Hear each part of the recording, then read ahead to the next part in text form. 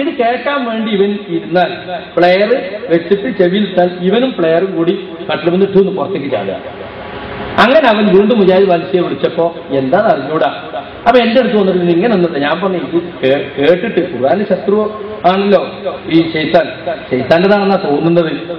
അതുകൊണ്ട് ഇതിനിപ്പോ നമ്മളിവിടെ ഒന്നും ചികിത്സ ഒന്നുമില്ല. ഗൾഫ് രാജ്യങ്ങളൊക്കെ ചികിത്സ ഉണ്ട്. ഈ റുഖിയ ശർഇയ്യ എന്ന് പറയുന്ന കുറെ ആയത്തും ദിക്റും ഒക്കെ കേസറ്റിലാക്കിയിട്ട് അത് വേണമെങ്കിൽ ഞങ്ങൾക്ക് തരാം, നിങ്ങളുടെ വീട്ടിൽ വന്നോളി, ഞാൻ ഗൾഫിൽ പോയപ്പോ കൊണ്ടുവന്നാണ്. അങ്ങനെ ഇവൻ വന്നു. അപ്പോ നിസ്കരിച്ചിട്ട് വരിക, അവനൊന്നുണ്ട് ഒതോടുകൂടി. അപ്പൊ ഞാൻ എന്റെ ടേപ്പറിക്കകത്ത് സാധാ കാസറ്റാണ് എന്റെ ചെവിയിലിട്ട് വെച്ചു കൊടുക്കും. ഞാൻ ഒന്നെടുത്ത് ഞാനിങ്ങനെ ആയത്തിൽ കുറിച്ച് ഓതി നിൽക്കുകയാണ്. നല്ല ചേട്ടൻ എന്റെ ടേപ്പ് കയറണ. അപ്പൊ കുറച്ച് കഴിഞ്ഞപ്പോ ഇവൻ എന്നിട്ട് കണ്ടു ഭയങ്കര ഒച്ച.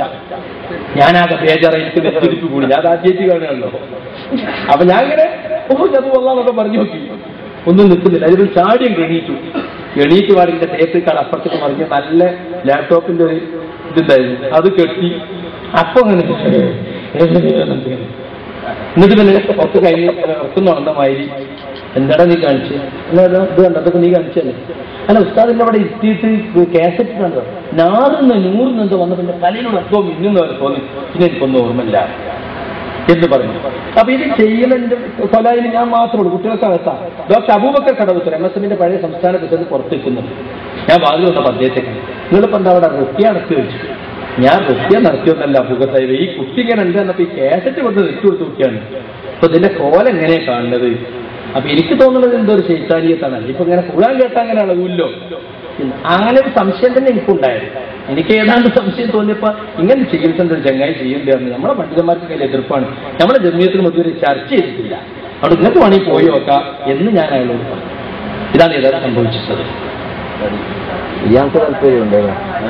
ഇയാൾക്ക് താല്പര്യം ഇപ്പൊ നിങ്ങൾ പറഞ്ഞ സെയിം സ്റ്റോറിയിലെ ഒരു ഡിഫറെന്റ് ടൈപ്പ് ഓഫ് ഇഷ്ടം പോലെ കഥകൾ. അത് രണ്ടും തമ്മിൽ വ്യത്യാസം ഞാൻ പറഞ്ഞുതരാം. ഇതാണ് ഇപ്പൊ നമ്മളെ ആളുകൾക്കുള്ള സംശയം. ഇതിപ്പോ നമ്മളിങ്ങനെ ഖുർആൻ ഓതിക്കൊടുക്കലും കേൾപ്പിക്കലും തുടങ്ങിയ ഖുറാഫികളുടെ അതിലേക്ക് പോലേന്നാണ്. യഥാർത്ഥത്തിൽ അവർ ചെയ്യുന്നത് ശിർക്കിൽ അധിഷ്ഠിതമായ ചികിത്സയാണ്.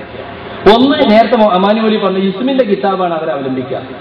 ഇസ്മിന്റെ കിതാബ് സിഹിർ കൂടെ പഠിപ്പിച്ചതാരാ? സിഹിറിന്റെ കിതാബ് ഉണ്ടാക്കിയതാരാ? ശൈത്താനാണെന്നാ ഖുർആൻ സൂറത്തുൽ ബഖറ വെച്ചിട്ട് പറഞ്ഞത്. വലാകിന്ന ശയാതീന കഫറു യുഅല്ലിമൂന അന്നാസ സിഹിർ. ജനങ്ങൾക്ക് സിഹിർ പഠിപ്പിച്ചുകൊണ്ട് പിശാചുക്കൾ കാഫറായി. അപ്പൊ സിഹിറിന്റെ ഗന്ധക്കെട്ടുകൾ ഉണ്ടാക്കില്ല. അതടിസ്ഥാനത്തിൽ അവർ ചിന്തിക്കുന്നത് നമ്മൾ ഖുർആൻ ഓതിക്കൊടുക്കുകയും റസൂൽ ദിക്ർ ചെയ്യുകയാണ്. പിന്നെ അവര് ഇടയ്ക്ക് ഉല്ലാദും നേരൊക്കെ കോതും. അതിന്റെ ഇടയിലൂടെ എന്ത് കഴിക്കും? ഇന്ന് നേതാക്കന്മാരെ വിളിച്ചു തേടലും അന്നല്ലാത്ത പ്രാർത്ഥിക്കലൊക്കെ ഉണ്ടാവും. പിന്നെ അവര് മന്ത്രിച്ച വെള്ളം കൊടുക്കും, അല്ലെങ്കിൽ നൂല് കൊടുക്കും, ഉറുക്ക് കൊടുക്കും, ഇതൊക്കെ ഉണ്ടാവും. ഇതൊന്നും നമ്മുടെ റുഖിയ ശർഇയ്യ എന്ന് പറയുന്ന ശർഇൽ അംഗീകരിക്കുന്ന മന്ത്രങ്ങൾ, ആയത്തുകൾ, ദിക്റുകൾ ചൊല്ലിക്കൊടുക്കൽ മാത്രമേ ഉള്ളൂ. മനസ്സിലായില്ലേ? അതാണ് ഈ വ്യത്യാസം. അവർ ചെയ്ത് നമ്മളെ ഒന്നല്ല. അപ്പൊ അവരെ കുറച്ച് പോകാൻ തന്നെ പറ്റുമോ? അവർ സാഹിറല്ലേ? സാഹിറിനെ സമീപിക്കാൻ പറ്റുമോ? അവന്റെ അഖീദ് ശരിയാണോ? അവൻ അല്ലല്ലത്തെ വിളിച്ച് സഹായം തേടില്ലേ? ഈ ശിർക്കിന്റെ അടുത്ത് പോകാൻ പറ്റുമോ? മുവഹിദായ തൗഹീദുള്ള, തൗഹീദിന് വ്യതിചലിക്കാത്ത വെറും ഖുർആൻ കൊണ്ട് മാത്രമാണ് ഈ ചികിത്സ നടത്തുന്നത്. അത് രണ്ടും ഒരുപോലെ നിങ്ങൾ തെറ്റിദ്ധരിക്കരുത്. അങ്ങനെയാണെങ്കിൽ ആരൊക്കെ ഷെയ്ഖ് ഇബ്നു ബാസും ഷെയ്ഖ് അൽബാനിയും അങ്ങനെ ലോകത്തുടനീളമുള്ള സലഫികൾ എല്ലാവരും ചെയ്യണ കാര്യമാണ്. അതിന്റെ തെറ്റുകൾ അവർ പറഞ്ഞത് മുറിവൈദ്യന്മാർ പലരും ഇതിന്റെ പേരിൽ ചെയ്യുന്നത്, അതിനൊക്കെ പഠിക്കുന്നത് ഉപയോഗിച്ച് പറഞ്ഞിട്ടുണ്ട്. അപ്പൊ അത് മുറിവൈദ്യന്മാർക്ക് പറ്റുന്ന അബദ്ധങ്ങൾ പറഞ്ഞു കൊടുക്കല്ലാതെ അവരാരും ഈ ചികിത്സ എന്ത് ചെയ്തിട്ടില്ല, എതിർത്തിട്ടില്ല. ഇപ്പൊ നിങ്ങൾ ഞങ്ങളോട് പറയുമ്പോൾ അത്യാവശ്യം ഞങ്ങൾ ഇത് ഉൾക്കൊണ്ട ആളായതുകൊണ്ട് മനസ്സിലായി. സാധാരണക്കാരനെ ഇത് പറഞ്ഞാൽ ഞങ്ങൾ ഇത് തന്നെയല്ലേ ചെയ്യുന്നുള്ളത്, നിങ്ങൾ ചെയ്യുന്നെങ്കിൽ പിന്നെ ഞങ്ങൾക്ക് എന്തുകൊണ്ട് ചെയ്യും? അതിനാണ് വ്യത്യാസം ഞാൻ പറഞ്ഞു തന്നത്. നിങ്ങൾ ഇവിടെ പറഞ്ഞത് കൊണ്ട് ഈ കാര്യം ഞങ്ങൾക്ക് മനസ്സിലായി. ഇവിടെ കൂടിയവർ പലരും സാധാരണക്കാർ തന്നെയാണ്. ഏത് സുന്നിനോടും നിങ്ങൾക്ക് പറഞ്ഞു കൊടുക്കാൻ പറ്റും. നിങ്ങളെ ഉസ്താദ് ചെയ്യുന്നത് ശിർക്കിൽ അധിഷ്ഠിതമായ ശിർക്കൻ മന്ത്രങ്ങളും ഇസ്മിന്റെ കിതാബിൽ പറഞ്ഞ കാര്യങ്ങളുമാണ്. നമ്മുടെ തൗഹീദ് ഉൾക്കൊണ്ടുകൊണ്ട് തൗഹീദിന്റെ അടിസ്ഥാനത്തിൽ ഖുർആൻ ഓതി കൊടുക്കുക, ഖുർആനിലുള്ള ദിക്റുകൾ പറയുക, അള്ളാഹുവിന്റെ നാമങ്ങൾ മാത്രം പറയുക. ഒരു ശിർക്കുമില്ല, ഒരു നൂലില്ല, ഏലസില്ല. ഇത് രണ്ടും ഒരു വ്യത്യാസം പറഞ്ഞു കൊടുക്കണം. ഞാൻ ചോദിക്കട്ടെ, സുന്നിയുടെ ഖബർ സിയാറത്തും നമ്മളെ ഖബർ സിയാറത്തും എന്താ വ്യത്യാസം? പ്രത്യക്ഷത്തിൽ കണ്ട ഒന്നല്ലേ? എന്താ വ്യത്യാസം? അവര് ഖബറിലുള്ളവരോട് ചോദിക്കുന്നു, നമ്മൾ ഖബറിലുള്ളവർക്ക് വേണ്ടി അള്ളാഹിനോട് ചോദിക്കുന്നു. ഇതല്ലേ വ്യത്യാസം? നിങ്ങൾ ശ്രദ്ധിക്കണം. ഖബർ സിയാറത്ത് അവരിലും നമ്മളും തമ്മിൽ വ്യത്യാസം എന്താ? പ്രത്യക്ഷത്തിൽ ഒന്നല്ലേ നോക്കുമ്പോ. പക്ഷെ നമ്മൾ അള്ളാഹിനോടാ പ്രാർത്ഥിക്കണത്. ഓരോ അവർ കിടക്കണല്ല പ്രാർത്ഥിക്കണം. ഈ രണ്ട് തെറ്റും ഈ രണ്ടും തമ്മിൽ വ്യത്യാസം ജനങ്ങൾക്ക് പറഞ്ഞു കൊടുക്കുന്നത് പോലെ റുഖിയ ശർഇയ്യയും റുഖിയ ശിർക്കിയയും ഉണ്ട്. അത് തെറ്റ് വ്യത്യാസം പഠിപ്പിച്ചു കൊടുക്കാൻ വേണ്ടത്. ഇത് മന്ത്രം തന്നെ ഇല്ല എന്ന് പറയല്ല. മനസ്സിലായില്ലേ? എന്താണ് ഹാരിസ് പറയാ? ഹാരിസ് പറഞ്ഞോട്ടെ, കുടിക്കും. ഹാരിസ് പറയാം. ഹാരിസ് പറഞ്ഞോ. എന്താ നിങ്ങൾ പറഞ്ഞോളൂ. ന്യായീകരിച്ചുകൊണ്ട് നിങ്ങളുടെ പ്രബന്ധത്തിലുണ്ട് എന്ന് അവൻ എന്റെ വീട്ടിൽ വന്ന് പറഞ്ഞിരുന്നു. ഞാനത് ആ പ്രബന്ധം കാണിക്കാൻ വേണ്ടി അവന്റെ കയ്യിലുണ്ടെന്നാ പറഞ്ഞു. ഇപ്പൊ പറഞ്ഞ ലെറ്റർ ഉണ്ട്, നാലിപ്പോ മാറ്റി പറഞ്ഞു. ഏത് ലെറ്ററിലാ മോനെ?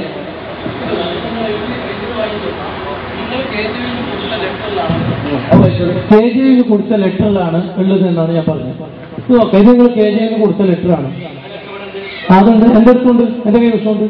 ഫുള്ള് വായിക്കണമെങ്കിൽ ഫുള്ള് വായിക്കാം. അവസാന ഭാഗമാണ് അവസാനം പറഞ്ഞത്. ആ ഭാഗം ഇത് അബ്ദുറഹ്മാൻ സലഫി നിങ്ങളുടെ ഈ പറയട്ടെ നിങ്ങളെ അടിച്ചെടുക്കൽ ചികിത്സയുടെ ന്യായീകരണമായി പോയപ്പോൾ അബ്ദുറഹ്മാൻ സലഫി ജിദ്ദയിൽ വെച്ച് സംസാരിച്ചതാണ്. ഇതേ വേദിയിൽ വെച്ച് നിയമത്തുള്ള ഫാറൂഖി നിങ്ങൾക്കെതിരെ ആരോപണം ഉന്നയിച്ചിട്ടുണ്ട്. UKG പഠിക്കുന്ന ഒരു കുട്ടിയെ നിങ്ങൾ അടിച്ചെടുക്കൽ ചികിത്സ നടത്തി. ഞാൻ പറഞ്ഞതല്ല, നിയമത്തുള്ള ഫാറൂഖി പറഞ്ഞതാണ്. അത് നിയമത്തുള്ള ഫാറൂഖി എടുത്ത് വയ്ക്കാം. നിയമത്തുള്ള ഫാറൂഖി പറഞ്ഞതാണ്. അതിന്റെ അടിസ്ഥാനത്തിൽ റിയാദിൽ വെച്ചിട്ട് അല്ല, ഇത് ബഷീർക്ക് പറഞ്ഞതുകൊണ്ടേ നിയമത്തുള്ള ഫാറൂഖിയെ പറഞ്ഞ അടിസ്ഥാനത്തിൽ റിയാദിൽ വെച്ച് നിയമത്തുള്ള ഫാറൂഖി നിങ്ങൾക്ക് മറുപടി നൽകുകയും ജിദ്ദയിൽ വെച്ച് അബ്ദുറഹ്മാൻ സലഫി മറുപടിയും ചെയ്തു. അതിന്റെ അടിസ്ഥാനത്തിലാണ് നിങ്ങൾ ഈ ലെറ്റർ കൊടുത്തിട്ടുള്ളത്. ഇതിന് അവസാനം അതിലൊന്നും ഞാൻ പറയട്ടെ, ഹിഫ്ളുർ റഹ്മാനെ പിന്തുണക്കുന്നു. ജിന്നുബാധയെ ചികിത്സിക്കുന്ന ജിദ്ദയിൽ അക്കൗണ്ടന്റായി ജോലി ചെയ്യുന്ന ചെമ്പ്രശ്ശേരി വണ്ടൂർക്കാരൻ ഹിഫ്ളുർ റഹ്മാനെ ഞാൻ പിന്തുണക്കുന്നുവെന്നും കേനം എക്സ്പോസ്റ്റ് കേനമെന്ന പേരിൽ ഇന്റർനെറ്റിൽ കേനമിനെ വിമർശിക്കുന്ന ഇയാളുടെ അടുത്തേക്ക് ചികിത്സക്കായി ആളെ അയക്കുന്നുവെന്നുമാണ് KJU മീറ്റിംഗിൽ സലഫി പറഞ്ഞ മറ്റൊരു ആക്ഷേപം. ഇത് സലഫി നിങ്ങൾക്കെതിരായിട്ട് KJU പറഞ്ഞ ആക്ഷേപമാണ്. അതിന് നിങ്ങളിപ്പോ നേരത്തെ മറുപടി പറഞ്ഞു. അത് ഫുൾ വായിക്കുന്നില്ല. കാരണം നിങ്ങൾ പറഞ്ഞത് അതിന് ജിന്നുബാധയുണ്ടെന്ന് ബോധ്യപ്പെട്ട ഒരു വ്യക്തിയോട് ഭൗതിക ചികിത്സകളെല്ലാം നിഷ്ഫലമായ ഘട്ടത്തിൽ ഇയാളുടെ അടുത്ത് പോയി നോക്കാവുന്നതാണെന്ന് ഞാൻ പറഞ്ഞിട്ടുണ്ട്. ഇതന്നെയാണ് സലഫി ആരോപിച്ചത്. നിങ്ങൾ സമ്മതിച്ചു. പക്ഷേ എന്നിട്ട് പറയാണ്, പക്ഷേ ഈ ചികിത്സയെക്കുറിച്ച് നമ്മുടെ പണ്ഡിതന്മാർ ഭിന്നാഭിപ്രായക്കാരാണെന്ന് അതോടൊപ്പം അയാളോട് പറയുകയും ചെയ്തിട്ടുണ്ട്. KJU ഈ വിഷയം ചർച്ച ചെയ്യാത്തതിനാൽ ചികിത്സ ഇല്ലെന്ന് പറയുന്നവർക്ക് അതിനുള്ള സ്വാതന്ത്ര്യമുള്ളതുപോലെ ചികിത്സ ഉണ്ടെന്ന് പറയുന്നവർക്കും അതിന് സ്വാതന്ത്ര്യമുണ്ടല്ലോ എന്നതാണ്. ആരാണ് ഈ ചികിത്സ ഇല്ല എന്ന് പറയുന്നവർ, ആരാണ് ഉണ്ടെന്ന് പറയുന്നവർ? ഈ റുഖിയ ശർഇയ്യ എന്നൊരു ചികിത്സ ഉണ്ടോ, ഇന്ന് ബാധ ഏറ്റവർക്ക് അങ്ങനത്തെ ചികിത്സ ഉണ്ടോ ഇല്ലേ ചർച്ച ഉണ്ട്. അപ്പൊ ചില ആളുകൾ അങ്ങനെ ചികിത്സ ഇല്ല എന്ന് പറയുന്നു. അങ്ങനെ ചികിത്സ ഇല്ല എന്ന് പറയുന്നത് നമ്മൾ ആളുകളെ പറയണ്ട. അങ്ങനെ ചികിത്സ എന്നല്ല, രോഗം വന്നാൽ പ്രാർത്ഥിക്കല്ലാതെ മറ്റൊരു ചികിത്സ നടത്തലില്ല എന്ന് പറയുന്നുണ്ട്. ഇതൊരു അടി. അതേ ചോദിച്ചു, ഹിഫ്ളുർ റഹ്മാന്റെ ചികിത്സ ഞാൻ കണ്ടിട്ടേ ഇല്ല. ഹിഫ്ളുർ റഹ്മാനെ അനുകൂലിച്ചുകൊണ്ട് ഞാൻ റിയാദിൽ എവിടെ പ്രസംഗിച്ചിട്ടില്ല. അതിൽ നിയമത്തുള്ള മറുപടി പറഞ്ഞിട്ടില്ല. ചികിത്സിക്കുക, യഥാർത്ഥത്തിൽ ചികിത്സിക്കുക എന്ന സംഗതി തന്നെ ഇല്ല എന്ന് പറയുന്നത് തെറ്റാണ്. പിന്നെ ഇത് ചർച്ച ചെയ്തിട്ടില്ല. അതുകൊണ്ട് ഇല്ലാന്നോ ഉണ്ടെന്ന് പറയുന്നത് രണ്ടാൾക്കും ഇപ്പൊ സ്വാതന്ത്ര്യമുണ്ട്. അപ്പൊ ഉണ്ടെന്ന് പറയുന്നവർക്ക് അതിന് സ്വാതന്ത്ര്യം ഉള്ളതുപോലെ ഇല്ലാന്ന് പറയുന്നവർക്ക് അതിന് സ്വാതന്ത്ര്യമുണ്ട്. നമ്മളെ കുറെ ആളുകൾ ഇല്ല, അങ്ങനത്തെ ചികിത്സ ഇല്ല എന്ന് പറയും. നമ്മളൊക്കെ ചികിത്സ ഉണ്ട്, പക്ഷെ അതിന്റെ വിശദാംശം KJU ചർച്ച ചെയ്യണം എന്നാണ് പറഞ്ഞിട്ടുള്ളത്. പിന്നെ ഇത് വേണമെങ്കിൽ ആ കത്തിൽ അത്രയുള്ളൂ. ഇത് വേണമെങ്കിൽ കൊണ്ടുപോയി ഇതിന്റെ പ്രബന്ധം എന്നിട്ട് വായിച്ചിട്ട് പറഞ്ഞത്. അതാ 53 പേജ് മലയാള പ്രബന്ധമാണ്. നിങ്ങൾക്കൊക്കെ വായിക്കാം. കത്തിലുണ്ടോ നോക്കുന്നത്. അല്ല, അപ്പൊ കത്തിലില്ലെന്ന് മനസ്സിലായില്ല. അടിക്കണ വിഷയമില്ല. പ്രബന്ധത്തിലുമില്ല കത്തിലുമില്ല അടിച്ചിറക്കണം.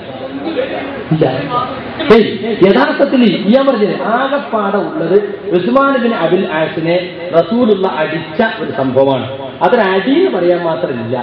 കാരണമല്ല, നേരിക്ക് ശേഷം സഹാബികൾ ആരെങ്കിലും അതിനെ അവലംബിച്ചുകൊണ്ട് അടിച്ചിട്ടില്ല എന്ന് മാത്രമല്ല, സലഫി പണ്ഡിതന്മാരൊക്കെ റസൂലുള്ള അടിച്ചതിനെ ബേസ് ചെയ്തിട്ട് നമുക്ക് അടിക്കാതെ പറഞ്ഞിട്ടുമില്ല. അത് റസൂൽ കൊട്ടുകൊട്ടിന്നാണ്. കാരണം റസൂലിന് മനസ്സിലാവും ഇന്നടത്ത ശേഷമുള്ളത് കൃത്യമായിട്ട് നമുക്കങ്ങനെ മനസ്സിലാവും. ആർക്കെങ്കിലും റുഖ്യ നടക്കുന്നവർക്ക് മനസ്സിലാവുമോ? ഇവിടെ അറിയും. അപ്പൊ ശരീരത്തിൽ രക്തം നടക്കുന്നിടത്തൊക്കെ നടക്കുന്ന സാധനമുണ്ട്. അതേ പറഞ്ഞു. അപ്പൊ അതുകൊണ്ട് എന്റെ പേര് ആരോപിക്കുകയാണ്. ഹിഫ്ളുർ റഹ്മാൻ അടിക്കുന്നത് കൊണ്ട് ഹിഫ്ളുർ റഹ്മാനെ ഞാൻ പിന്തുണക്കുന്നു എന്നിട്ട് ഹിഫ്ളുർ റഹ്മാൻ ബ്ലോക്ക് എന്റെ പേരിൽ വെച്ചില്ല. ഹിഫ്ളുർ റഹ്മാന്റെ ചികിത്സ ഞാൻ കണ്ടിട്ടില്ല.